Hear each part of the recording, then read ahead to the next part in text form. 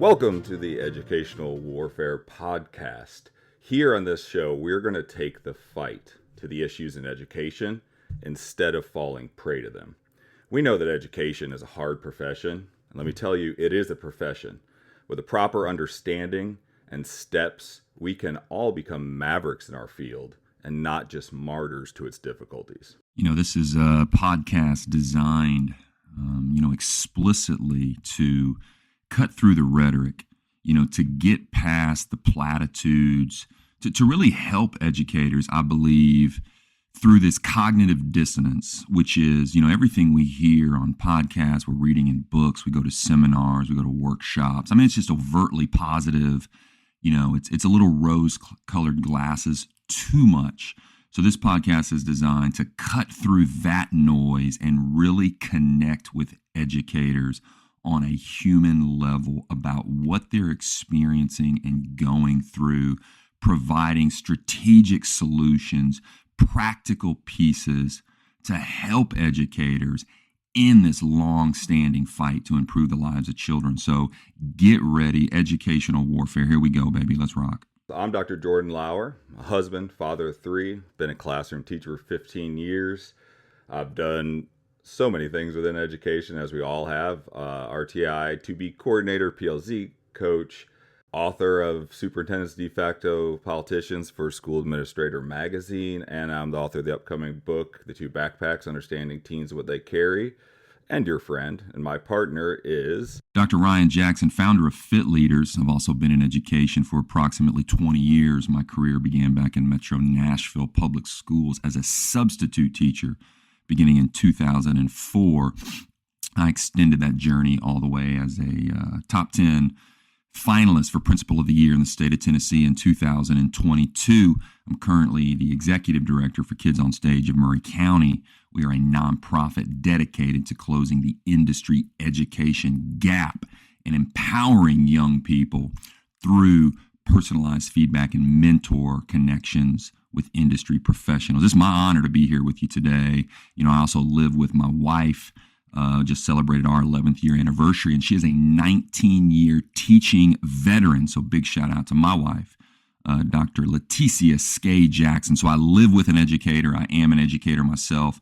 Dr. Lauer, as I know you are too, man. You certainly have that full education vibe going on in your house, but honored to be here with you guys today.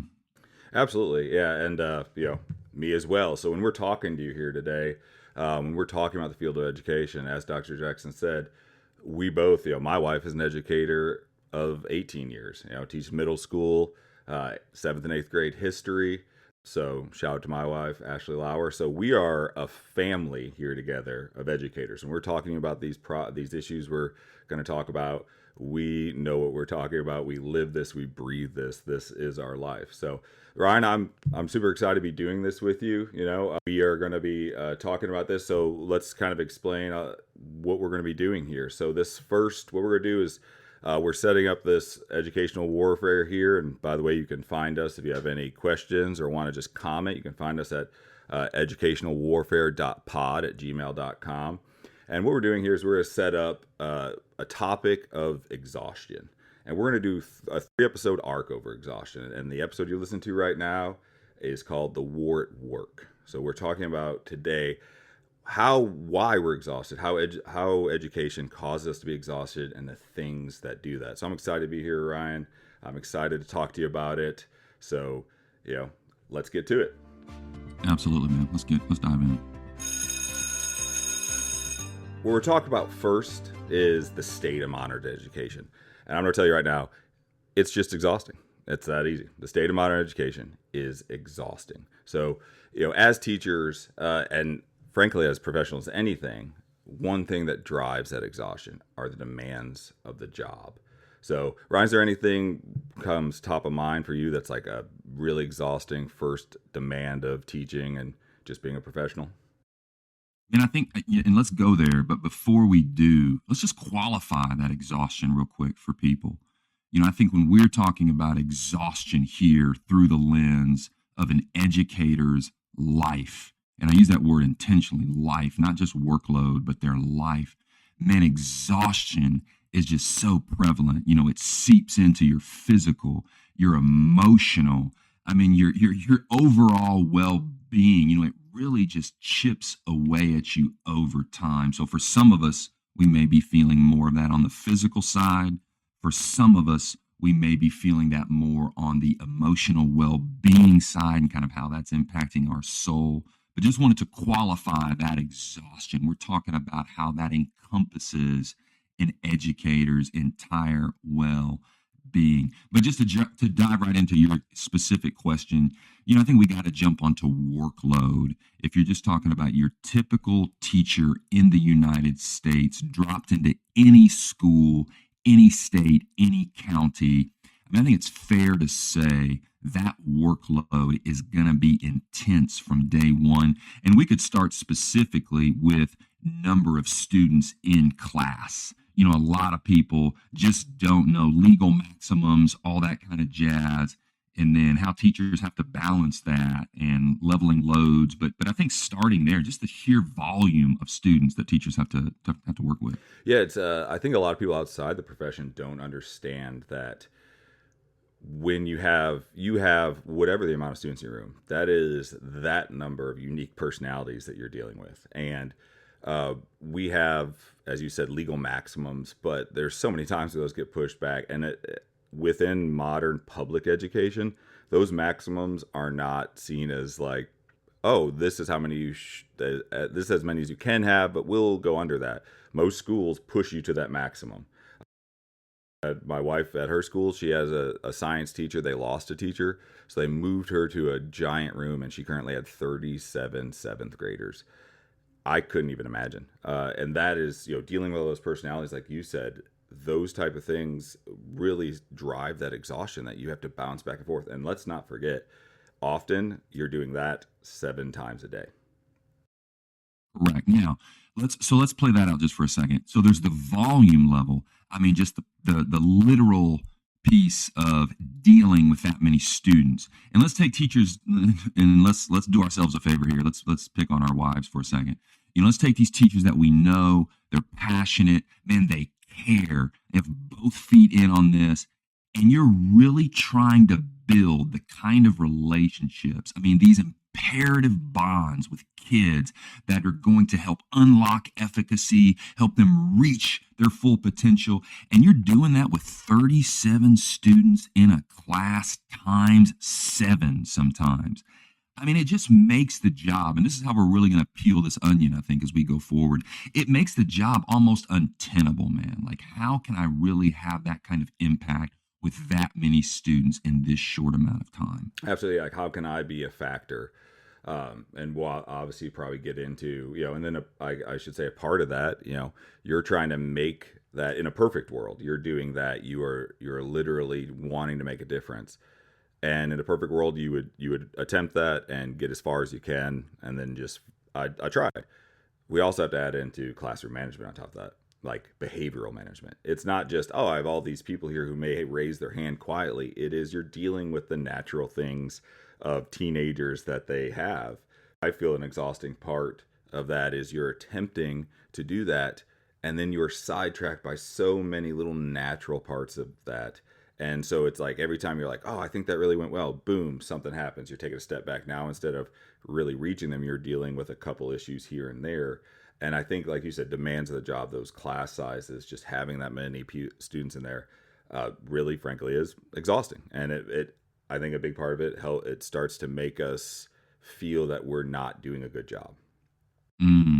Which is a great bit there. You said it starts to make us feel like, and those small imperceptible changes over time. That stuff, once that crack happens and that chasm starts to open a little bit and those thoughts continue to seep in, maybe I'm not as effective as I thought I could be, as I wanted to be. And you continue to stare at those demands, at this seemingly ever-growing number of students that get added to your class. And you think this is hyperbole. It's really not. Speak to any teacher worth their salt, and they're going to tell you, look, the numbers keep growing. I saw just a piece out of Metro Nashville here, and this is real time, like ripped from the headlines. their numbers are growing at certain schools. I mean, over capacity now, and those numbers are just continuing to rise by the day. So you ask any teacher about that impact on them, not just physically the workload of passing things out, of the management piece, but just the sheer number of kids and how that seeps into their subconscious, man, their consciousness, and asks, am I doing this? Can I do this? Dangerous question. Absolutely, and I think sticking on the demands of the job here. Now we're talking about class size and all those different personalities. Now I had certain things in here like state or county pacing guides. So you have this, if you are not an educator and you're thinking like, all right, so they're talking about they have a lot of kids in the class, I could see how that could be stressful. So I'm going to add another layer, like we're peeling back another layer to that onion and demands of the job here for exhaustion. Now add in, you're trying to manage those behaviors. You have that many students in your classroom. Oh, and by the way, you have to teach this complex subject in 5 days or 6 classes or 7 maybe to stay on the pacing guide so you can be prepared for the end of the year test. I mean, we're juggling with chainsaws here, man. Like we're just literally, and that's another thing. It's exhausting. It's like that alone, what we've just talked about, is exhausting. But now add on, oh, by the way, you have to teach, in my example, you have to teach the Roaring 20s in 7 days. It's hard not to laugh, man. Only because, you're talking about pacing. We're talking about essentially, an example here, a Boston Marathon sized group of people that we have to lead in this short amount of time to hit this pacing. And I can't help but recall No Child Left Behind, and just the irony there, the sheer number of students based on the pacing we have to keep up with, teachers have to keep up with, that are falling behind because we can't meet their needs and match their specific wants, needs, 504s, IEPs with this particular pacing guide. Absolutely exhausting. It is. I'm going to kind of pull another thing here that's now, we've talked to just a few of some of the demands of the job. I'm going to kind of transition to a little bit of an outside pressure that can exhaust you, because we're talking about all this and we could dive into all the the demands of the job, and I'm sure we will in upcoming episodes. We'll hit each one. But politics, right? Outside of politics, coming into our classrooms, it's exhausting. So like the idea, I almost hate saying this word because you speak power to it by saying it, but since it is in our vernacular now, grooming. As it exhausts me that I have to hear about that. And I know everybody listening is probably like, I'm so tired of like hearing about that, but here's an example of this. So Peter Green, an author for Forbes, had an article that said, what are history teachers really teaching students? One alone, that as a history teacher exhausts me because the answer is history. That's it. Period. Done. But he went in to dive into this because it has been talking, history and what we're doing, and are we teaching X and this and that? Is it truthful? That's been a lot in the public mindset recently. So he kind of dove into that. And there's a study from the American Historical Association, which is the oldest professional association for historians in the U.S., founded in 1894. And the person leading that was Nicholas Krysika. Nick, sorry if I butchered your name there. And basically he found through the University of Chicago and that research, he found that the criticisms are overblown and even unwarranted. In this report, he said, first and foremost, we've learned that secondary school U.S. history teachers are professionals who are concerned mostly with helping their students learn central elements of our nation's history. I read that and I was sitting at home and I literally went, duh! Like, this is why I'm exhausted, Ryan. I think this is why a lot of teachers are exhausted, because my wife looked over, she's like, what is going on? I was like, just read this, right? And I mean, so first of all, I have a couple more items in that article. But what do you think about that, just in terms of all teachers? Like, it's focused on history, but the first thing that comes to mind is just the sheer lunacy of it. And let's stick on this path of number of students per class, and then spread that out by the day. If you have 7 classes with 35 kids per class, okay. So let's just stay on those numbers for a second, and then let's apply it to this. You mean to tell me, as tough as the job already is, we've referenced pacing, we've referenced number of students, the various types of levels and learners that we have in all those classes. So all of that I'm dealing with multiple times a day, 5 days a week, 4 weeks a month, on top of all of that, I'm going to groom each and every one of these students and the psychological, just focus, time, prep that would go into something of that magnitude. I mean, it's beyond ridiculous, man. It's where it does hit that exhaustion level of I can't believe anyone would believe this, but most people could fall victim to that because they just don't have the insights of what's going on in a typical school building each and every day. But, B, on top of that, it's so laughable and frustrating. I mean, I think educators at times just want to put their hands up because they just can't believe that someone would even think that's possible. Absolutely. I mean, I love to think that I'm an intelligent person. We both worked very hard to get our doctorates and everything. And it is ridiculous, but I'm also somewhat flattered that many of these people think that I am a Dr. Doom type nefarious character, to where I'm just coming up with this plan that I'm also like, not only am I'm doing my job to make sure that when my admin observe me, like I'm running my class, but I'm also slowly slipping in these hypnotic messages that would make this possible. Like, it is the sheer amount of time to do that. I mean, I can't groom a student when I have to tell the same student 4 times a week to bring a pencil to class. I can't even get him to remember to bring a pencil, let alone, hey, by the way, here's this plan. So it is exhausting, and it kind of drives me nuts. And as we talked about, our educational warfare here, we're not going to sugarcoat this. A lot of time teachers want to play nice, right? Like, we don't want to bring our job is exhausting enough. We're talking about that right now. So we don't want to bring that onto us and get engaged in these like heavy conversations. That's what we're doing here for you. That's why we're not afraid to talk about this stuff. We're not afraid to call it out. We're not afraid to say things like that.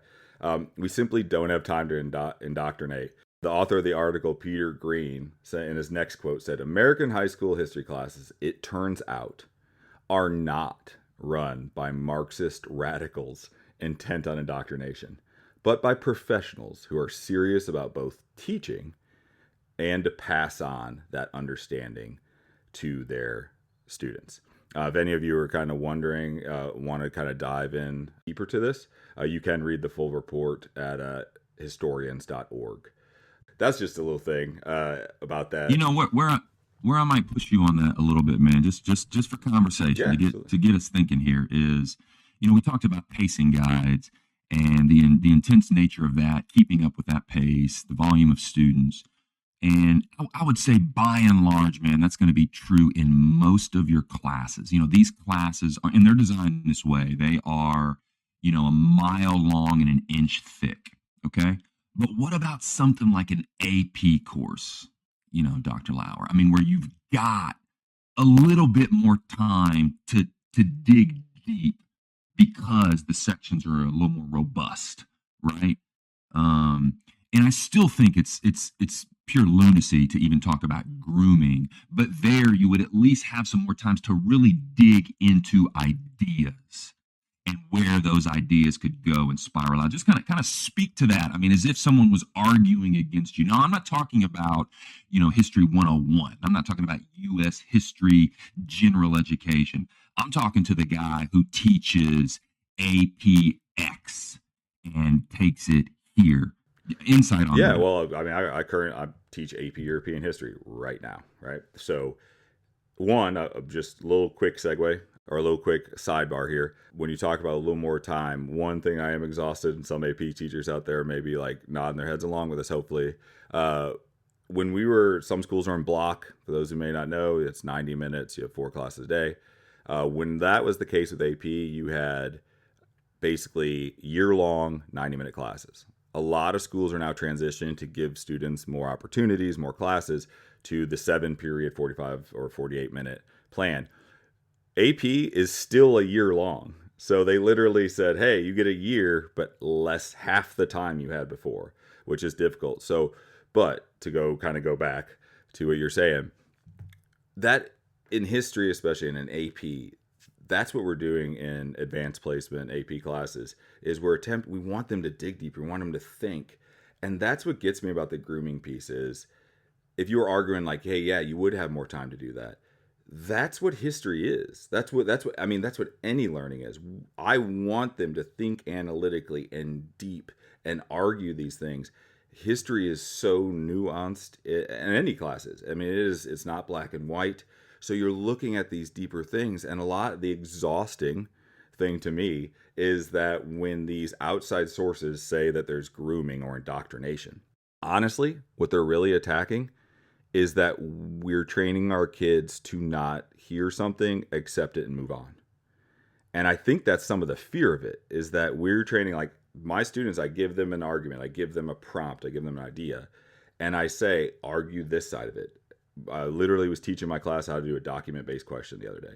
And in there, it's an essay, and in that, one of their paragraphs, I make them do a counter argument paragraph, just like you did to me there. Hey, I want you to think what the other side would say, and then show why your evidence actually fights against that. We're trying to teach them to think of both sides, to think deeper, to think analytically. And so when students start questioning things, when they're like, hey, why did we do this? Talking about slavery, let's say, or talking about, the concept that slaves were here from the beginning and they actually helped build up our nation. There are some people who are very angry about that, right? There are some people out there thinking George Washington was just building buildings and doing stuff. It wasn't. I asked them to literally say, hey, think about this. And when they start talking and think about that, people are like, what are you learning? But that's what we want. We want them to go that deep because that's how you make analytical, intelligent people. And that's how we progress as a country. We are not going to progress. Let me push you again. And this dovetails now into the exhaustion piece. Okay. So how do teachers then, because I think this is a general fear. And now I'm speaking as a guy who's been outside of a school building for almost 2.5 years in the role that I've been in. So a little bit more objective here as I'm looking at. I also deal with a lot of industry partners now. So working with industry and how they perceive education, specifically public education. But here's where I'm going to go with that. How do you combat your own bias? So as a teacher, and I think this is what people are just generally concerned about, if not worried about, your bias, man, is seeping into, okay, so how do you, because we're human beings, man. So we've got it. Let's just be upfront. Let's address it at radical candor. We're human beings. We're going to have bias, which can be exhausting because now I'm a teacher and I have to mitigate my own bias in order to not let that seep in. Talk to me about that. And that is exhausting and kind of framing it that way. But just, again, candid. Yeah, absolutely. I'll go as candid as possible. I'll go from a real situation that just happened couple weeks ago, right? And history is great for talking about this. For anybody who's not a history teacher, you do this as well. This is just we're talking about because it is the easiest to connect to this. So yeah, we do. We do have bias. We have biases about things, and it is really a lot. Most of the time, I think that goes to a part of us that a lot of the world does not want to accept, acknowledge, or understand. Part one, we're professionals, and the same as a surgeon.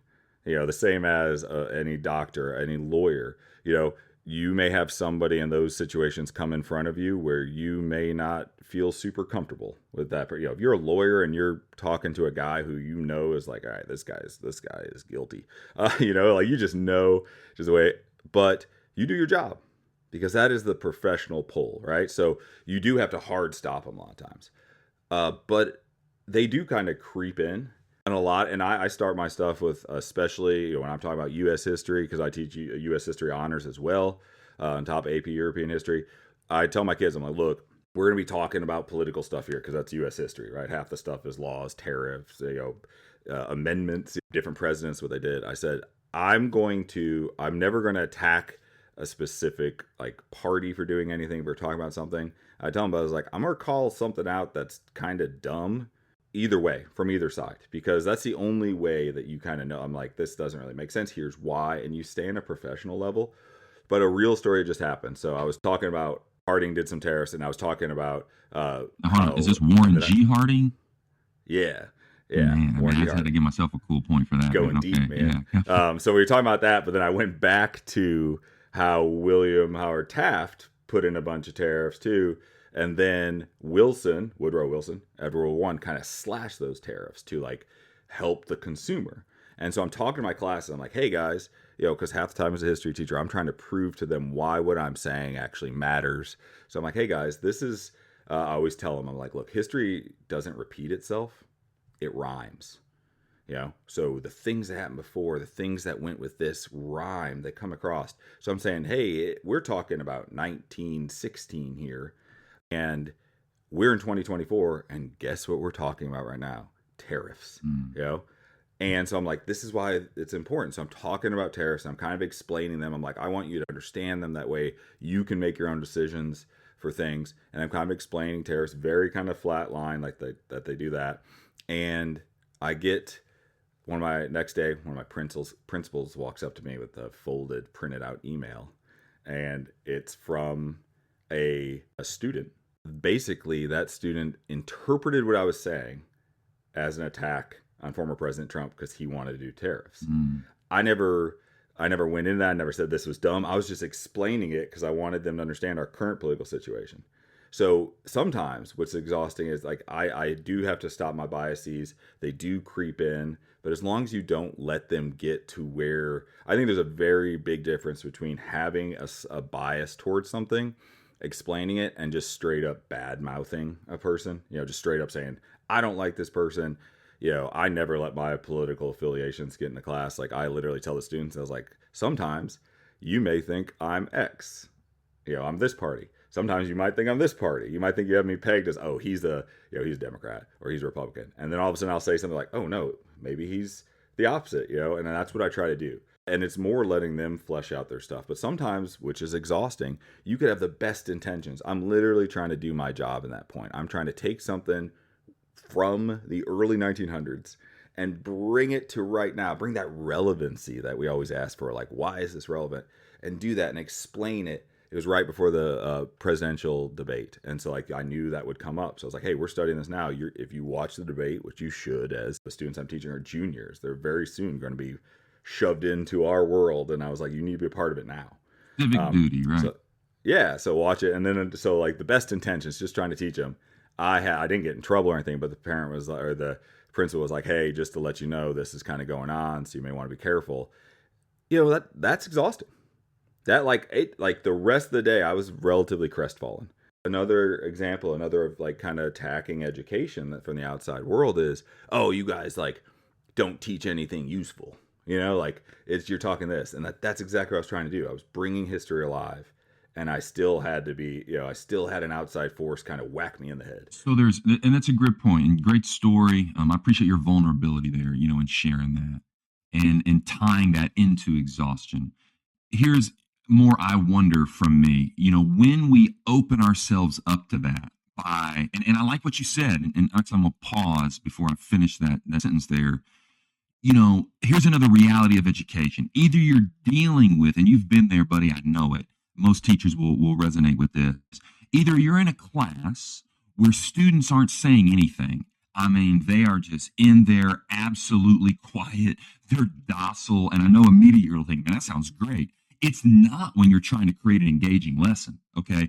Or the opposite is true. Man, this classroom is off the chain. Man, it's classroom management 101 before anything can happen in here. So those are the two polar extremes. You're looking for that Goldilocks zone in the middle so that you can add a little bit of the human factor in there, create engagement, turn this into living history. I love how you put that. That's where a teacher is trying to find themselves in that kind of sweet spot. But the effort that it goes into creating that, where kids are engaged to the point that they're writing that kind of letter, man. I mean, to me, I think sure, that may be a gift and a curse, sort of. But to me, that's the ultimate kind of engagement where you've moved someone to the point of argument, right?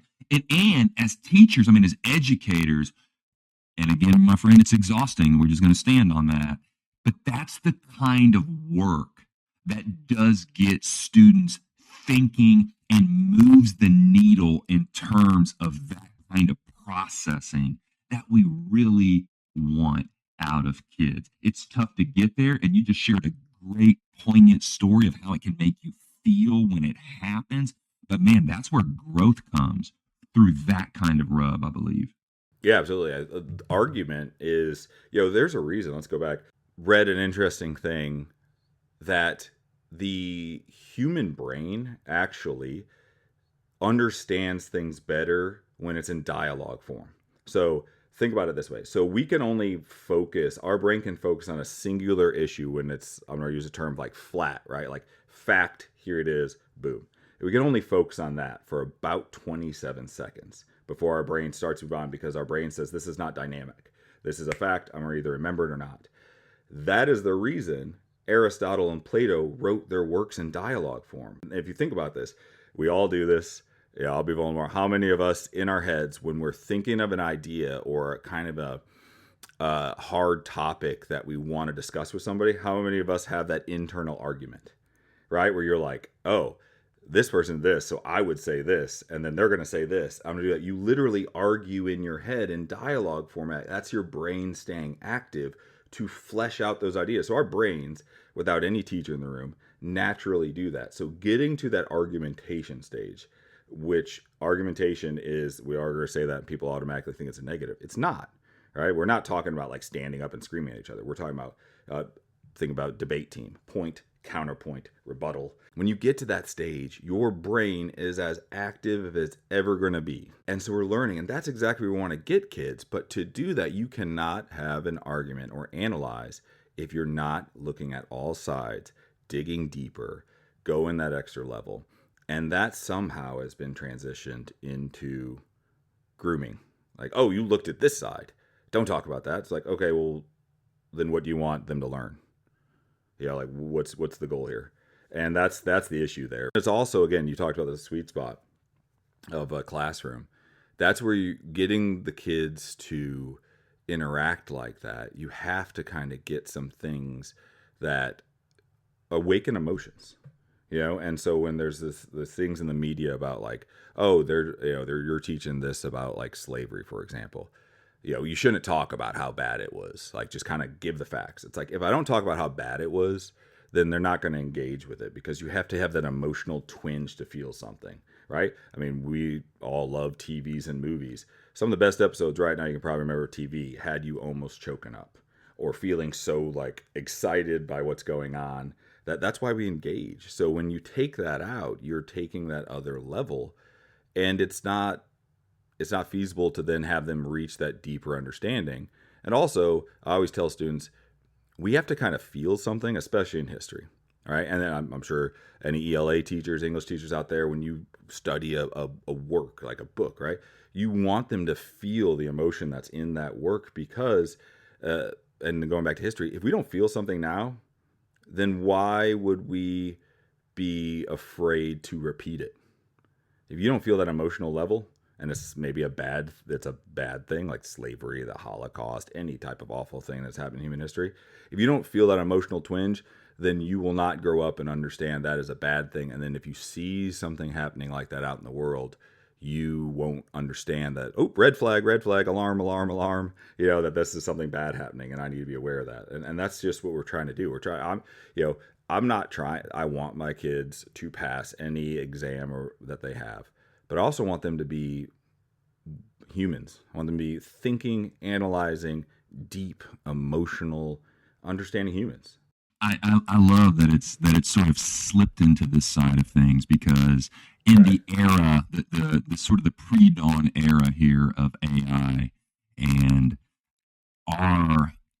let's call it what it is, man, our initial willingness to lean way too far into AI and where that could potentially head us. And here you are talking about not only creating human connections, but as a species, we're a storytelling species. That's how we learn. I mean, some of the best keynotes, I do a little bit of public speaking, but some of the best keynoters that I see are able to tell their story in a certain format, right? That we're very familiar with, whether that's the hero's journey, the 3-act structure. That's how we learn best. That's how we connect. But I'm going to tie this back to exhaustion.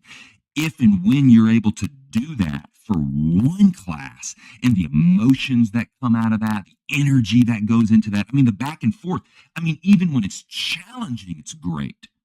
And then you extrapolate that out times 7, times 5 days a week. I mean, what are we talking about in this episode? Exhaustion. And that's even when it goes well.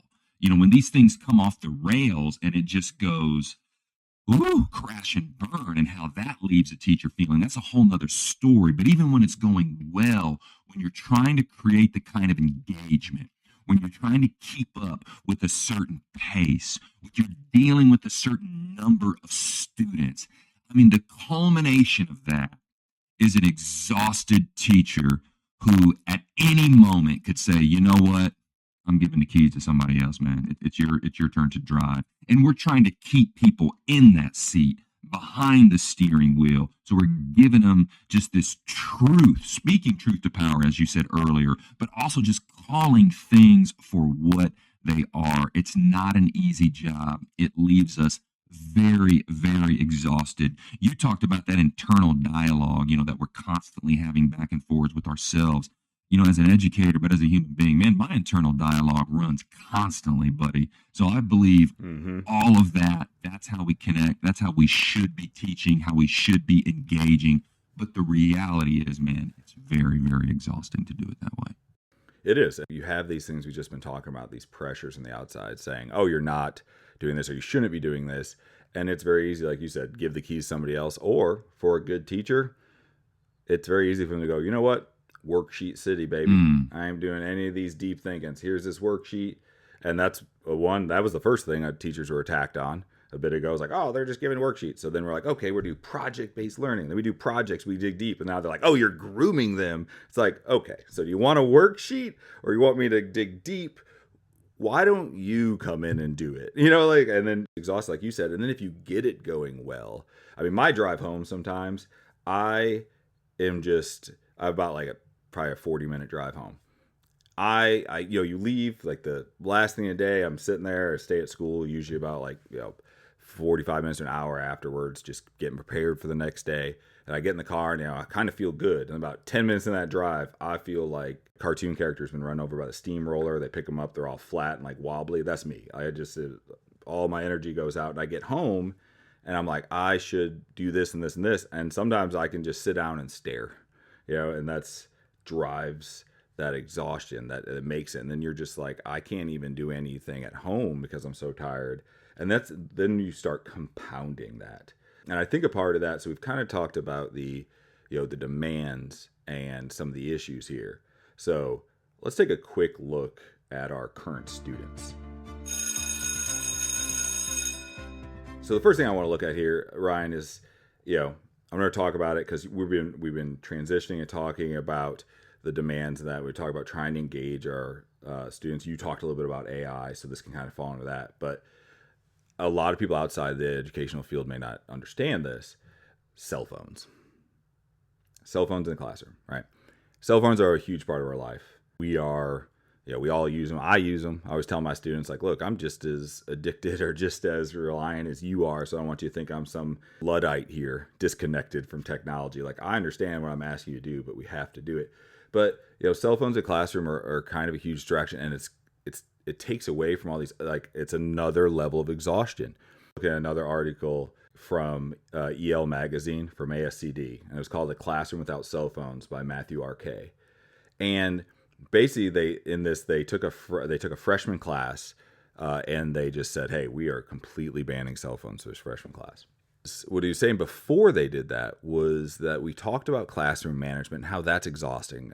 25, 27, 30 unique personalities in a room, different levels of maturity, different things they're dealing with, right? And then you add on the distraction of cell phones. And what was happening, what we're finding in teachers is cell phones are exhausting a certain level of our classroom management capital that we built up. Like I come in the classroom knowing, like no teacher walks in their classroom saying, hey, it's going to be a perfect day. All my kids are going to sit there and smile at me and answer questions. We all know like, okay, we're going to probably have to deal with this.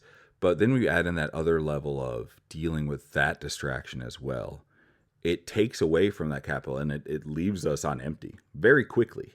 What do you think about that? Man, that's a great point. It reminds me of I'm currently reading this book called The Anxious Generation, which is essentially just dealing with the impact of phone-based childhood on young people. But in it, he's got this short story by Kurt Vonnegut. It's Harrison Bergeron, if you've ever read this story. It's from 1961, and it's really dealing with diversity and equity, but it's got this really cool piece in it where they're trying to make everyone equal. So one of the ways they can make intelligent people equal to everyone else is they give them this earpiece, and ever so often you just get hit with the most jarring, blaring sounds, car crashes, whistles, and it's designed to just disrupt your thinking. So you can't have a critical thought for that long because boom, then in comes this sound. That's 1961. The whole idea is attention fragmentation. So if you take that into 2024 in the classroom, it's the reason why we really can't get anywhere in terms of critical thinking, problem solving, deep discussions, because our attention is so fragmented. So here you are talking about a teacher, on one hand, from the management standpoint, hey, put the phones up. I'm just trying to deal with that. Look, I need your attention. Put the phones away. Say you get them away. I mean, there's still the argument that just the presence of the phone, whether that's the buzzing, the notifications, even if it's in proximity, I've got it in the cubby there on the wall, but I know it's there. I can't take my eyes off of it. I mean, we're dealing with that, which alone is exhausting, on top of, the actual just true impact that these devices are having on our attention fragmentation. I mean, I think that we're talking about today's current student is probably the biggest crisis for young people right now.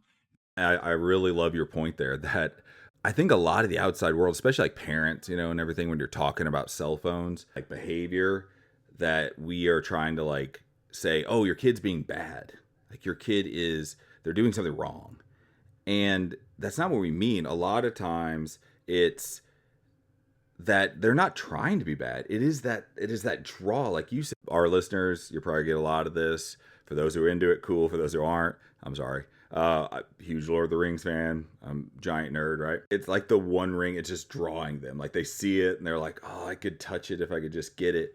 And they are, it's that distraction. Even when a kid's trying to keep it away, like you said, if it's in a cubby or a pocket on the wall, or if it's just the rule, like, hey, don't have your cell phone out or I'll have to write you up.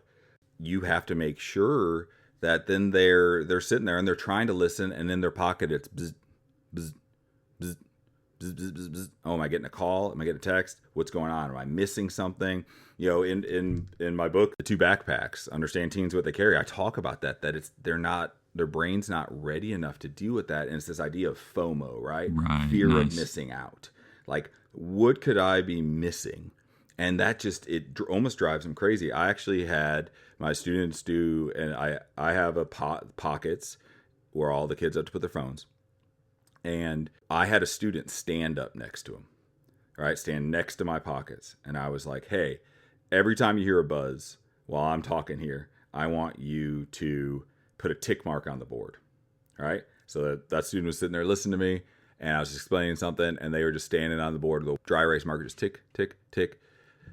11 minutes, 57 tick marks. That's the draw.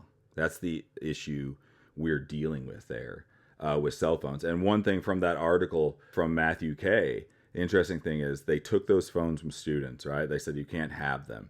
One, after the students initially kind of grumbled, like, I am my phone. The biggest problem, and I found this in the classroom, is it's this idea that parents get mad when you do that because I paid a lot for the phone. We know phones are expensive. But It's also this idea that parents want that instant and uninterrupted connectivity with their kid. And it just it's crazy to me. I talk about this in the book when we're trying to get teens to do this and we're trying not to add stuff to their invisible second backpack that's weighing them down, is that we came from a time period where we didn't have that connectivity. If my mom or dad needed me, they had to call the office then had to come get me. And I survived, right? Like nothing bad happened to me. Like I was in class and if they needed me, they called me in the office. And kind of this generation of parents with teenagers now, they're sitting there like, well, if I can't text my kid that I'm not going to be able to pick them up, then how are they going to know? It's like the same way you knew. Like you don't have to text them in class. Or I have so many, I've sat and I've talked with students, just kind of trying to be that connective human. And when I see they're having a hard time, like, hey, what's going on? I've had kids be like, I was just here and I forgot to take out the trash this morning. And my parent just kind of texted and laid into me. And like we're adding that, like all the stuff we've talked about, this demand, this exhaustion. I'm trying to get them to understand this concept. And they're in their own head because at 11 a.m. they got a text like, why didn't you take out the trash? Those are the type of connective things. Or with cell phones, one of the issues is, bullying or just that natural kind of back and forth teens tend to have with each other. When I was a kid, it happened in those common areas, right? Like hallway, locker room, lunchroom. That's when you can have that. Now you can be, so if somebody's picking on you, they can do it 24 hours a day, 7 days a week. You could be sitting in class, phone buzzes, you kind of try to slyly pull out your phone and check it while the teacher's talking. And it could be a message, a comment on one of your Instagram photos where that kid who's picking on you says, you look like a giant pig. So now you're getting like, you're sitting in class, you're in history class, you're in a safe spot. We're only talking about history. Nobody else is talking. And you just got bullied, and that's that kind of thing. And now we're trying to deal with that. And then this article is kind of a super interesting thing. And I think this is one of the issues with cell phones and adding to that exhaustion is a quote from it said, the kids knew that when a problem arose with their work, when things actually got hard, it was easier to infinitely scroll than it was to productively struggle. And that to me is just kind of the whole thing, is that they're an escape. And I use it to escape. When I just need to chill, I get on TikTok or I get on Twitter, X, whatever you want to call it. And I just kind of look at things and take that in. And we're losing that idea that like struggle is productive. It's almost like productive conflict. Like sometimes having a conflict with somebody is not a bad thing. Right. And also struggling is not a bad thing. It's okay to have a struggle where you got to sit there and you got to be like, I don't know this answer. I have to work to find it. I have to ask for help. Well, with cell phones in the classroom, you're managing those things. You're a teacher, you're walking around, you're working on this, you're helping this kid, you're helping this kid. They're a behavioral issue that is not outside, that is not something that's observable. Right? Like the kid can sit there and be quiet. If I'm looking around the room, kid can be sneaking, kind of having their cell phone down there, look like they're working, like staring down at their computer. They can even do the whole fake pencil hold thing and have it like right under their desk. I'm actually doing it right now as we're talking, like look at it like that. And they can be struggling and you don't even know they're struggling. You have no idea there's a problem. That is a major issue with this problem, like that you don't know they're having a problem and they're not able to ask for help because they're just like, if I ask for help, then I got to keep struggling. I'll just get on Instagram and then maybe later I'll ask a friend how to do it. That's a great point, man, about self-advocacy that I think we have noticed. For those that don't know me personally, I have a 10-year-old son who has dyslexia. He has inattentive ADHD. So one of our big pillars for him is self-advocacy. He struggles with reading, man. Just literally putting letters together, consistently and getting him to advocate, hey, I could use help with this piece right here. That's one of his big pillars. But I think we're seeing this by and large with children, with young people, and their inability, either their inability or their unwillingness. But I really think it's their inability to do that. My inability to self-advocate. A, I don't even know what to ask for. B, I really don't want to be vulnerable out here and just put myself on blast. I think that self-advocacy piece is huge. I did want to push you a little bit, and I think that's just going to be kind of the nature between the two of us here. But as we're talking about cell phones, we're talking about we're talking about Gen Z, we're talking about Gen Alpha, my son's generation. But then we're also talking about educators like us, where we're either millennials or Generation X, like my old self, and things we're used to, accustomed to, how we grew up, what we see as normal, what we see as strange.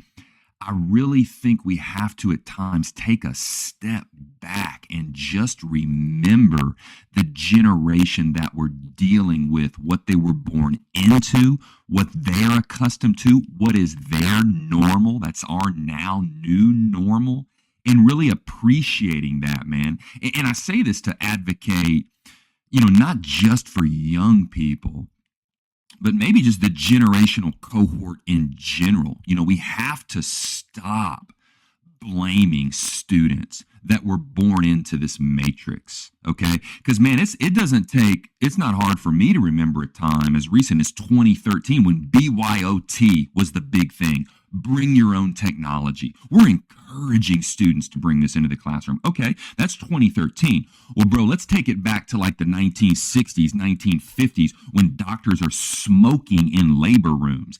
I mean, right. and I loved your point earlier about history. It doesn't repeat itself, it rhymes. We're seeing that kind of thing, play out here. So we stand at this very interesting juncture, man, as educators in terms of these generational cohorts that are all converging at the same time. And you've got these generations that did not have any of this prior to their to their 30s, now dealing with a young generation that was born and instilled with not only these devices in their hand, but this kind of thinking and processing hardwired in their brain. And the word that comes to mind, bro, exhaustion. So I'm now an educator trying to deal with all of that. And now you got this guy on the podcast telling you, hey, man, well, don't blame the kid. I mean, you've essentially got to blame the system, the matrix that they were born into. And that's half the battle, too. So we want to extend that olive branch to the kid while at the same time challenging them, pushing them, empowering them through this stuff that we know is significant. Absolutely. And that's what the Two Backpacks, the book, is about. Like, I literally wrote that. I did all the research on all the topics and wrote that because 15 years in education, I was hearing the same things in teachers' lounges that was said about me. Oh, these kids, all they care about is their friends. They're lazy. They don't work. They don't have a work ethic. This was the same stuff that was being said about me when I was in high school in 01, 02, 03, 04. And then probably the same stuff in the 80s and 70s. We've just changed the thing. Now it's phones. Before it was rock music, the comic books. Yeah, oh my gosh, they're watching MTV. That's all they care about. And I got tired of hearing. And you're like, okay, so we're super educated, intelligent people, and we're using the same formula, just input X as the new thing. So I wrote that, and that's what the second backpack is. It's like, what, one, it's their brain development. Their frontal lobe's not developed yet, so they have this issue with, that's why they're more impulsive. That's why they do things. There's an invincibility idea to where, especially teenage boys, they're like, oh, human legs break, but my leg won't break. There's actually a fascinating study done that I talk about in one of the chapters where they gave out these scenarios. They were like, if this person drove 89 miles an hour, weaving in and out of traffic while it was raining, what do you think would happen? And the teenagers were like, oh, they might wreck, they might hurt somebody. Yes, good answer. And then they said, well, would you do that? And they're like, yeah, but I wouldn't wreck. That's their thought process. It's like, I'm invincible, right? And, in the second backpack, kind of transition here to some of the other, the modern student, you have social issues, emotions, peers, like the importance of peers. Parents feel that their kids are pulling away from them. They're more interested in their friends. Why is that? That's a biological and evolutionary factor, because the human species would not keep going if we didn't try to leave our tribe, our family. Right. We're supposed to frustrate our parents to the point of get out of the nest. Like, I can no longer deal with you. And we're supposed to push them. So, we challenge our ideas. That's how you develop your own ideas, your own values and things. And some of these other, those are the things that are in their second backpack. Social, like I said, social issues that are there. There's now, social media and phones have made this idea of how you're supposed to look if you're a female, what's manly, what's not, the emotions they're dealing with, like those struggles that they're feeling, and those, there's that rage and that anger sometimes comes up in there, and it's a way of testing those boundaries. And they're all doing that. And like you said, we're now kind of creating this culture for them that, like you said, we invited phones in. We literally said, like you said, 2013, come on in, bring in a device that'll help education. And then social media kind of took off.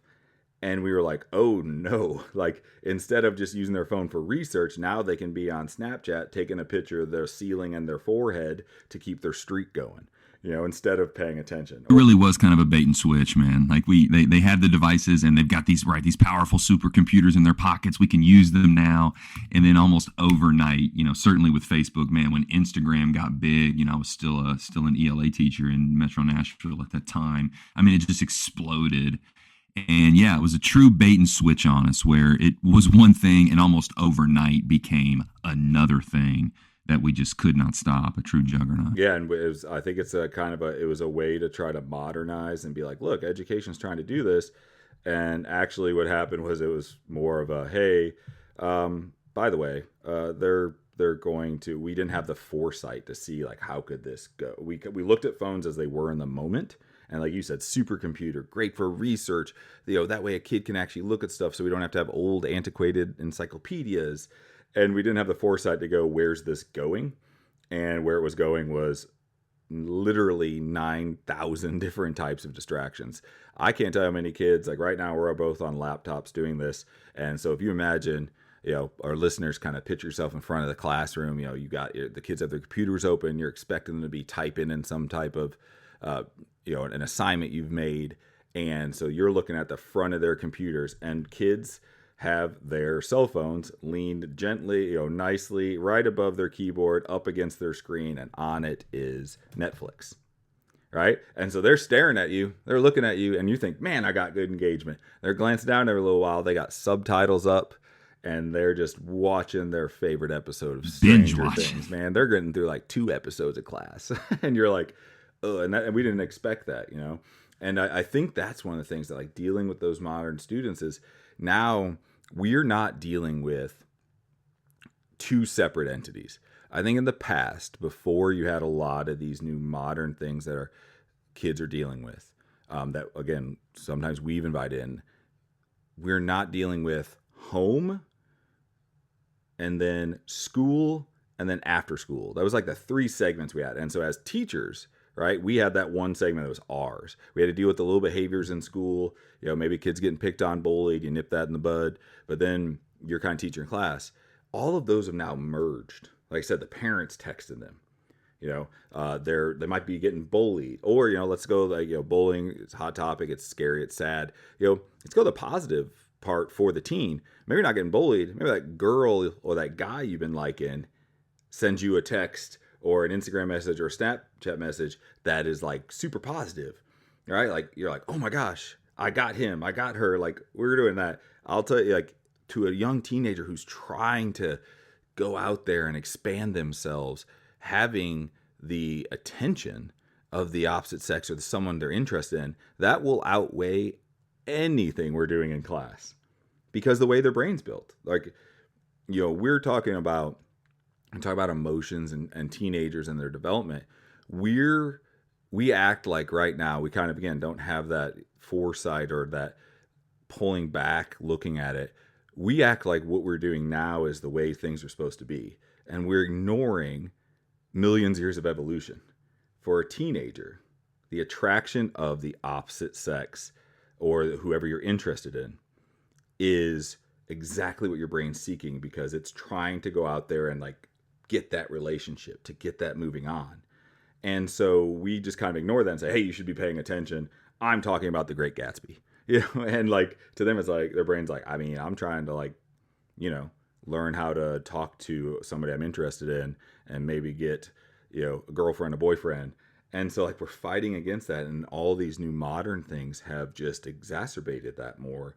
Yeah, I mean, you think about when early in freshman year high school, passing notes would get you in trouble. Now you don't have to worry about getting caught passing notes. You just pull your phone, send a quick text, and it's kind of over. Like and there's no way to catch that. So I think those issues are one of the things that we have to change a little bit, because it is exhausting, because we're professionals and we're trying to do a job, but we are fighting this tidal wave of development emotions that has now been turned into a tsunami because of the connectivity of social media and phones in the classroom. And it's a losing battle. But it complicating this whole scenario, and I'm going to take it back to something you said not too long ago earlier in this episode, where, when you're addressing your students, and it was almost a throwaway line, man, but you said it, and I didn't ping it at the time, and I'm going to bring it up now. I appreciate your vulnerability, because it's so true. I mean, where you're literally telling the kids, like, I'm addicted to. And we're talking about the technology, the phone. Absolutely. So I think the missing piece here that we haven't just fully addressed yet is everything you just said. Absolutely true. Any teacher that's in a classroom today is going to stand on that and say yes to all that. My push would be the flip side of that coin is the adults are not immune to this magnetic pull. Absolutely. So on top of it, everything you just explained for a young person, man, I believe by and large, this has encompassed all people now. It's on us. I mean, it's a symbiotic relationship that we have with these kind of devices. So the adults are bringing this baggage into the building too. Now, our frontal lobes are much more developed. We've got better executive functioning. We're professionals. We're getting paid. We have policies and procedures. We do better at it, but we're still in the grip of that pull. So back to the word what for this episode? Exhaustion. I mean, we're dealing with that overlay of tech and its magnetic pull on us as well. At the same time, trying to manage young people who are innately pulled by it. We have this secondary exposure to it, but it's still on us, in us, and we're dealing with that too. So, I mean, the plight of a current educator that has their own just systematic oppression by social media and tech and doom scrolling, all of that, man, is impacting the adults as much as it is the kids. Yet the adults are charged with keeping themselves together, remaining professional, limiting that absolutely as much as possible. I use my wife as an example. I mean, she comes home some days after work, and not only is she just exhausted, just flat out tired, but really all she wants to do is just kind of binge and look at stuff because she hasn't had access to that stuff, right, all day. So it's this pull to it. What have I missed out on kind of thing? And some of it can just be, man, I need this to laugh. I just need to offload all of this exhaustion. But some of it is also like, man, I got to catch up on things, what's currently been happening that everybody else is doom scrolling through, but I haven't had the ability to do that. So just teachers having to go through that same kind of mental torment and pull that our students are dealing with. Man, I just wanted to stand on that because we do share that with young people. And again, I go back to this convergence of our generations right now and how one, Gen X, millennials, now leading Gen Z, Gen Alpha through this threshold of what do we do about this technology situation? And at the end of the day, it just leaves you absolutely exhausted. It really does. And I'll be vulnerable again with that, just kind of put that in perspective. I know everybody listening has probably heard that, but I just want to, kind of hammer it home. My wife and I have, an argument, right? It's just something day to day. You can input anything, any married folk out there, you know what I'm talking about. Have an argument. It's kind of one of those arguments. It's like, it takes up a little chunk of your evening. It's kind of, you're trying to do your evening stuff, clean up dinner, get lunches ready for your kids, do all this. And you're kind of ping-ponging back and forth this argument, and then you kind of have that weird, we're going to bed, but not our normal, like, happy, like, let's go to bed. It's kind of more like, not talking screaming or anything, it's just kind of that weird tension.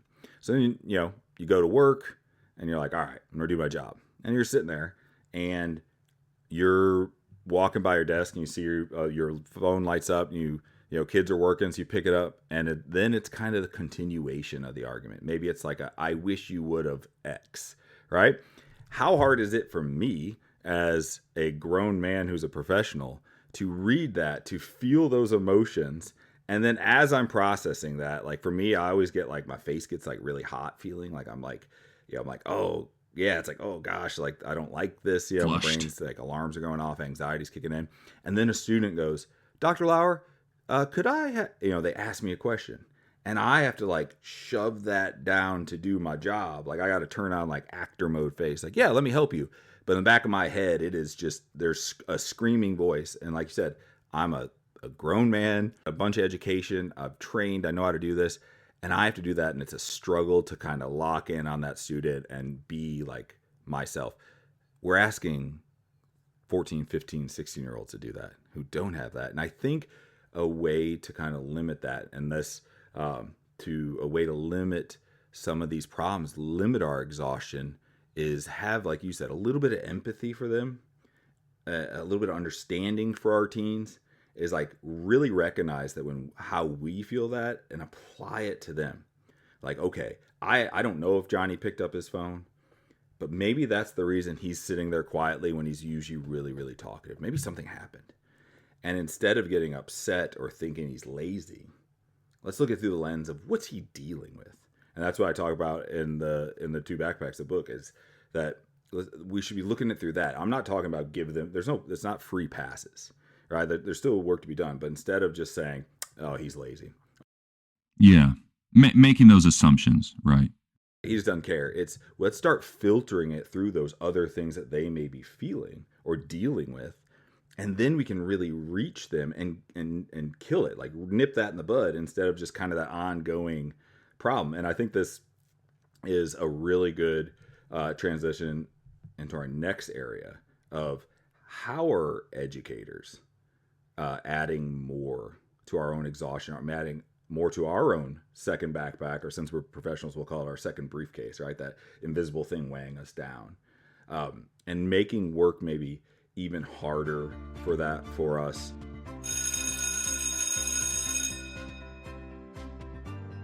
Yeah, and I know we've got plans to do an episode on the war at home. Right. So I want to be sure to kind of separate church and state here a little bit, because immediately my mind wants to jump to some things I know we're going to address, in that episode. And it's hard for me not to get away from what we just talked about too, the impact of this kind of tech addiction on everyone, but specifically here adults, and how that, when we carry it into the classroom, impacts our level of performance, our general mood and attitude, all of those things. But I'll step away from that for a second. I mean, we've just really hammered that nail on cell phones and technology, and really think more about that teacher who, I don't care if you're in year 19 like my wife, who's still as passionate as she's ever been, or you're that first or second year teacher that's just fired up about this new career path, inspiring young people. No matter which version you are of teacher on that spectrum, you're in here trying to do good work. You're trying to impact kids, to make a difference, to create belonging, build capabilities. And when you wear that, when you carry that, and that's your modus operandi, you've internalized it now. That's who you are. And then you're in the classroom, and whether it's day 1, day 8, day 80, and you just get smacked with this overwhelming sense of, I just don't know if I can do it. I mean, not only sustain it, but just literally do it. That, to me, I think fills that second backpack pretty quickly, because it's more than just the job now. You've internalized it, right? It's become your purpose. You wear it proudly. I think the best teachers even do that. But man, when you put all that on you, and now it's on you in terms of who you are as a human being, I think when we add that weight to the backpack, it's untenable, man. Yeah, and it leaves a lot of teachers just feeling absolutely exhausted. It does, and they are exhausted. And kind of with that, talking about like what are we adding? I think one thing we should look at here is I have another article from EL Magazine, Lisa Westman and ASCD, just came out September 1st. It says reframing new teachers' common misperceptions, right? And I think she's talking about new teachers, but I think for veterans, it would be really good to kind of think about this and focusing through this idea of exhaustion, right? Like we're exhausted. Some of these things might help us if we change our idea of what we're supposed to do. It might take that, because a lot of times we've been talking a lot about like the actual physical exhaustive moments, like, oh, dealing with behaviors, dealing with cell phones, dealing with like the perception of that we're grooming and everything in our classroom. Sometimes our own ideas can exhaust us. These non-tangible things. So she said, first, if anybody listening out there, not a teacher, and you're kind of like, are you really that exhausted? My job's hard too. I don't doubt your job's hard, but some of the things we're talking about, new teacher attrition rates, right? For new teachers, 1 to 2 years experience, 28 to 35% leave, right? 25 to 29 for 3 to 7 years experience. So those are still pretty high for people leaving. And that's what we're trying to stop. So some of these issues here, I'm going to go through them just real quick and kind of, then we can just talk about each one, or like if anyone you want to pick on. So, first one, my principal expects me to be perfect, right? The principals being evaluators of us, it really makes them hard to talk about our struggles. You got to go in and sit down with this person and say, I am struggling with classroom management. And then know at some point they're going to be sitting in your room evaluating you over classroom management. That's a difficult bridge to cross, like that's being open with somebody. That's like, telling your doctor, when they ask you, or your dentist, like, when's the last time you flossed? You did it. Like you have to literally be very vulnerable and say, I don't floss, man. So you're going to find some cavities. I'm sorry. Like, it's like that same thing. Classroom management depends on the class is another misconception, she says. This is a bad class, so my management will be worse. And more, it's like, no, if you have a consistent style, she says in her article, it's an art form and you got to practice it. And if you kind of give up because you think you have a hard class, you're going to make yourself more exhausted or feel like a failure. And, in this article, she basically said that you can't give up just because it's a difficult class. It's emotionally exhausted to take you can't take their behavior personally. Like, oh, this class doesn't like me. That's exhausting. When you think it's just you, that causes so much exhaustion. Another misconception: parents are my partners. And I'll probably come back to this one because I think that's an important thing to talk about. Not saying they're not partners, but coming into it thinking that like we're gonna tag team this, we're doing this together. I think we have to understand there's another element for parents there, and many veteran teachers may know this, but I'm hoping, hopefully, that there are some new teachers listening to this, of course, and hopefully this will help guide you and kind of stomp out that. Anybody listening, if you know a new teacher, let them know about the podcast, Educational Warfare, because this part would be really helpful to them, I hope. And number 4 that she talks about, you must grade everything you assign. I see that all the time. I see that exhaust people. Like some teachers like, oh, I just got to grade this, and I got to grade this, and got to grade this. And that'll be an interesting one to kind of look at. So are there any of those that you really want to kind of hit on first, Ryan? Man, certainly all of them, but I'll start at the top. My principal expects me to be perfect. So former executive lead principal, where I was charged with leading a K through 12 campus, but I'm specifically based out of the high school. So that's my bread and butter. Assistant principal at the high school level, principal at the high school level. And yeah, I just think that's absolutely true. You're going to ask a teacher to be vulnerable and share with you what they're lacking, while also expecting them to accept that you will be their judge and you'll spend that time in their classroom being hopefully objective and rating them as you see where they are, but where you think they can be. And I think that just scares people. It just does. I mean, I want to be open with you, but at the same time, know you're going to be the one evaluating me and giving me these level of effectiveness scores that are going to impact. Teachers are so concerned about that LOE, man, that level of effectiveness score. Absolutely. Just quick anecdote. When I was training to be a assistant principal. I wasn't yet an assistant principal. I was a dean of students. This is Maplewood High School, Metro Nashville, probably 2013. And I was not an AP yet, so I'm not evaluating teachers that were in my in Metro Nashville. They were called academies. So I was in charge of my own academy that had its own set of students, its own teachers that taught those students. But I'm still a dean of students, so I'm not evaluating those teachers yet. We had actually pulled in a person, retired on a 120-day contract. They were doing all of those evaluations. Man, that year was one of the most impactful years for me as an administrator because I was essentially serving as the de facto AP. I'm just not the one doing the evaluations, but it allowed me to be their ally. Man, I'm in here to help you build capacity for student discipline. I'm here to help you think about big, broad PBLs, hooks, industry partners, all of that kind of stuff. But it took that pain point of you're also my evaluator out of it. Man, I think we made so many strides that year. The relationships I built, the capacity for all of us that grew out of that was truly magical, man. And you can't always get to that. You can't get to do that. So I don't think that we can, fault teachers for feeling like it's hard for me to be vulnerable when you're also going to be evaluating me. Man, that's just a pain point that I can understand how teachers feel. And as a principal, I tried to do my best, empathizing with those teachers. And anytime that, we went through an evaluation process and then we're in the post conference, it was always leaving them with something tangible that they could hang their hat on that they did well. So getting that sense of empowerment from their administrator on, hey, I saw this, acknowledged it, rock star status.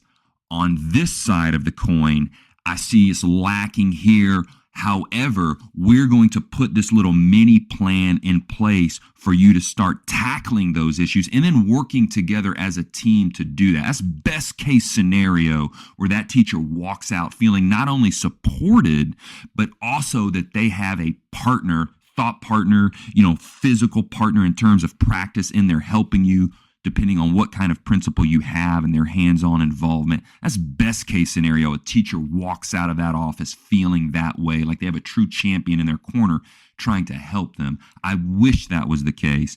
But when there is this true disconnect, if you're dealing with the elder part of Gen X who's now working with a 22-year-old teacher, the realities of that kind of friction are what they are. So it's a poignant point that I think teachers make, and there's a lot of truth in it. Absolutely. And, I think having that, I think a good part of it is, I think as teachers to lessen that exhaustion, I think we all need to know if you could have that person, like you were able to play that role, that's awesome. But also if you don't have that, if it's just you have administrators, as she says in the article, being vulnerable is always acceptable. It indicates that you are reflective, determined, and willing to seek solutions, and that's what leads to growth. So I think that it's a two sides of the coin there. I think if teachers understand that, if they feel that, like it's okay to be vulnerable, it is me coming to them saying, I want to be better, right? So I may need your help right now. And also if principals understand that this is outside of that observational moment, like this is leading to get a better observation, to get that better classroom. And so to have that open, but I feel like principals, especially, any principals listening, say that, your first meeting of the year, and many principals do a great job of this, right? But that first meeting of the year, say, hey, come to me and know that if you're struggling with something in the classroom, that is in that moment, and I will help you because I know that you want to be as amazing as your job as possible. And it almost seems like silly, like, well, yeah, but sometimes things like that have to be said because we all carry those fears with us. I'm going to challenge you there, all right? Because I think the bulk, the lion's share of this conversation has been, even if it's been unsaid, has been about the exhaustion of teachers. All right, let's put that spotlight on administrators, on principals for a minute, and go back to what you just said. Principal makes that opening statement, bring your vulnerabilities to me, bring these challenges to me. And immediately, my mind goes to scale. Does that scale? All right. I'm going to go to like a school the size of my wife's school, right? She works a very large school, man, almost 3,000 kids. Now, you've got the executive principal who's got then APs under her, and these APs should be bona fide leaders in their own right. They should be striving towards being a principal. I was always that kind of thinker. If you're an AP, you really should be striving at some point to take that next step. I get it. There are lifelong assistant principals. But the idea here for me is, if I make that statement as a principal, and what if every teacher took me at my word and brought those to me? There's a breakdown in your system immediately. It's going to be almost impossible, man, for me. So I just think we have to be careful in terms of the sentiments that we have, but then because that's a slippery slope, man. Once I put that statement out there and people start to act on it, but I can't in turn do what I said I was. Man, we've lost them pretty quickly. So I think it is systems thinking, because you're still right, man. Like, that is the sentiment. That should be the feeling. But what's the system we put in place so that, because we're going beyond exhaustion here, bro. It's back to untenable. As an administrator, and I was certainly guilty of being maybe too hands-on. I wanted to be in the classroom. I wanted to be your partner in this kind of relationship with kids. I want to help as much as I can. But I also had the beauty of working at a small school. I was the principal of a school with 400 kids in it. Imagine being that principal with 3,000 students in there. And all I'm really trying to do at this point is delegate, because it's going to be hard for me to connect with 125 teachers that are bringing me all of these kind of issues. That, my friend, is beyond exhausting. I think a big part of that too is teachers know you don't have to be perfect. Being perfect is exhausting. Be you. You're good at what you do. That's why you're here. Stop worrying about how you'll be looked at or if you'll be perfect, because we all care. We all want to be perfect. We all work hard at that. So working hard at being perfect is as close as we can get. And doing that. So I think that's an important thing to understand too. And again, you don't want it to be untenable for principals because you'll lose people. You want to be untenable for teachers. Kind of shifting real quick to the classroom management one. I talked a little bit about teachers taking it personally. It is exhausting if you take it personally. Like, if you're like, oh, it's me, that's the reason this class is bad, or that's the reason this class has some issues. Where, again, going back to understanding the modern student, it's not. Like, it's probably something in their second backpack. It's probably something else in the outside world. It's probably something that they're brought with them. So if we can, again, what we were talking about earlier, if we can try to figure that out, not take it personally, because taking things personally is exhausting. So understand it's really not you. It's they're taking it out on you, possibly, and staying calm and working with that. I think that really helps limit the exhaustion. Know that you're good at what you do. For your classroom management, consistency, make sure that you do the same things. If a class is more difficult, you hunker down on those same things. And if a student's difficult, take that time to kind of say, what are they dealing with? Why could this be happening? And that takes so much exhaustion off of you that it's, what can I do better? What am I doing wrong? It's not you, right? If you're consistent, you're doing the right things. Because if it worked in first period and it's struggling in second period, then it really isn't you, right? It's a specific thing those students are dealing with. Now, also an exhausting thing, right, that they were talking about in this is that understanding for new teachers, but I think it's good for veteran teachers here also, parents are my partners. And when I say that, I'm not saying let's not work with parents or have like a skeptic view on parents. It's that you have to understand parents lack of objectivity about their kids, right? Some may think their kid's perfect, right? Or they can do no wrong. Or when you say they're doing something wrong, they will then turn it back on you. And that's, again, going back to that consistency, like, no, this works. So a couple ways to deal with that is understand where they're coming from first. Again, if you think it's an attack on you when they're kind of just advocate for their kid, that's their baby. If you got a kid, you know how you feel about your kid, right? Listen, most parents just want to be heard. They may say something crazy like, oh, well, are you assigning, Jimmy hasn't turned in any homework because you're assigning too much homework. No, in your core, you don't have to say anything right there. know in your core that if it's working for other kids, then you're not assigning too much. That it's not you. It's something specific here. So listen to them. Don't get defensive of that, because that now brings another level that you have to deal with, which again raises your exhaustion. If you're dealing with all the things we've talked about already, and now you're kind of sparring with the parent, how can you not be exhausted? So listen to them, and then once you've kind of listened to them, find a common solution. If you say, I hear you and I want your child to be super successful in this class, that's why this whole conversation is happening, then you will literally feel and hear their entire tone, mood change. And then you can come to a common solution. In classroom management, I said be consistent, be almost, you hate to use the word because teaching's all about flexibility, but with classroom management, be rigid. Here's not a time to be rigid, right? Here's a time to say, okay, how can I get through this with this particular case? And once you get that, and I understand this, I'm going to say this too, because I've heard a lot of this. Have some, I know we all respect ourselves, but have some understanding that you're doing a good job. So if a parent does get a little ugly, it is okay. And I'm saying this right now. It is okay to say, you know what, I'm going to end this conversation because it's going in a bad way. And I would love to keep it up with you, but I'm not going to be talked like this when I'm trying to work. And then, of course, immediately go to an administrator and let them kind of know that situation, because you don't ever want them to be blindsided, because now you're dealing with the parent and an administrator who got blindsided. Just let them know what happened. And then you can then the administrator will have your back on that, and then you can work through that. And you can even send an email later and say, hey, I want to work with your kid. I want to work with you. But don't let yourself get beat up on that. Also, of course, a thing that was mentioned in the article that just will raise it. And veteran teachers know this. I'm just saying it for any new teachers or some veteran teacher may need to hear it. That conversation should never go to the student. Don't ever let the student know that anything like that happened, because that's just multiplying your problem. And we can work through that. So understand that parents are there to work with you, but they are going to have that little bit of a lack of objectivity. So when you talk to them, just kind of expect that.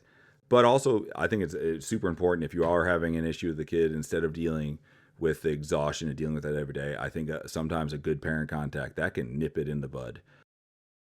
Yeah, and I was going to interject there too, man. My counsel as an administrator was always 2 words when dealing with parents: early and often. Get in on that conversation early. Absolutely. And if it needs to be, man, do it often until you're recalibrated. But think about this from the parent perspective, because you're right, man. They're not going to be objective. This is their child, their baby. So teachers have to put forth that empathy when dealing with a parent. But if you contact them early enough, now you're framing the conversation. So you are essentially taking control of that situation. You're getting the first word in. You have the ability to put your best foot forward. Instead of playing defense, you're on your heels trying to respond or react to whatever situation that they're putting in front of you that may or may not be the truth. So, because again, those of us that have dealt with young people for long enough know that kids don't always tell the truth. So when we're dealing with a parent, man, contact them early and often. But I cannot speak out of both sides of my mouth. That too is exhausting. You're asking teachers to be proactive, to get in front of things, and to do that with absolutely as many students and their parents as it takes. It's a process. It's effective. It's also exhausting. That's just part of it, which I love where we're going with this particular trajectory here. And we're going to get into, the war at home, the war within, and giving you those practical pieces, those strategic and tactical components to help yourself through this kind of exhaustion. Because communicating with parents, when you're going to do it, my friend, do it early, do it often. It's the best way to build that bond with the parent and improve a situation in the classroom. Absolutely. Yeah, I completely agree there. Well, Ryan, this was awesome. I really enjoyed it. I really hope everybody out there, I hope it helped. I just hope it took a little of these things you may have been feeling inside, and again, not knowing who to talk about the issues with or who to go to, or am I just feeling this? Am I just feeling exhausted? I hope that it kind of opened up and let you know it's okay. We are feeling that. And I'm so thankful you all have been here. The war at work with exhaustion is going to rage on. Nothing we could say is going to fix that exactly, but we can all start to talk about it and open up about it. We can cut down on it and start to take steps to make our lives less stressful. So we would love to hear from all of our listeners out there, hear your thoughts, your strategies, any comments you may have about this topic or episode. You can reach us at educationalwarfare.pod@gmail.com. We also are on all the socials. We're on X, Instagram, Facebook. We have pages there, so you can reach out, but email us on that. So to hear from you, we want to involve you guys. We want you, our listeners, educators out there, professionals out there, leaders out there. We want you to be a part of this. So what we're going to do is next Tuesday when this drops, or next Tuesday, we're going to have a mailbag episode. So we have this one, the war at work, and then email us. Let us know what your thoughts and strategies were. Take all that and we're just start to talk about you guys, your experiences for next Tuesday. And then after that, we'll have our next episode covering this topic of exhaustion. It'll be the war at home. And we can keep going and take this to how is exhaustion now going into our home? What are the things that this is causing at home? What are some things at home that are causing that? So, Ryan, thank you so much for everything, too. I can't wait to talk to you again about the war at home. And I appreciate it. I appreciate all of you listeners and everything as well. Doc, you did a great job facilitating the conversation today. My final thought here for educators, this particular platform with this episode is really to normalize how tough this profession is, so that you walk away feeling like, man, not only is the job hard like it has been for me, but it is for so many people. And we are normalizing that. These are good people doing great work. It's a tough job. And at the end of the day, it is incredibly exhausting. It's been my honor, man, to be with you on this particular episode and this podcast. Look forward to bringing all of our educational friends practical tips, useful strategies to help you combat this exhaustion and just put you on the path to just leading, loving the profession, connecting with students, and changing lives. Look forward to doing it again, man. Absolutely. So thank you all again. Thank you for listening. Subscribe, like, share, download Educational Warfare here. And we will talk to you next Tuesday in the Mailbag episode. And thank you for listening. I'm Dr. Jordan Lauer. That was Dr. Ryan Jackson, and we will talk to you soon.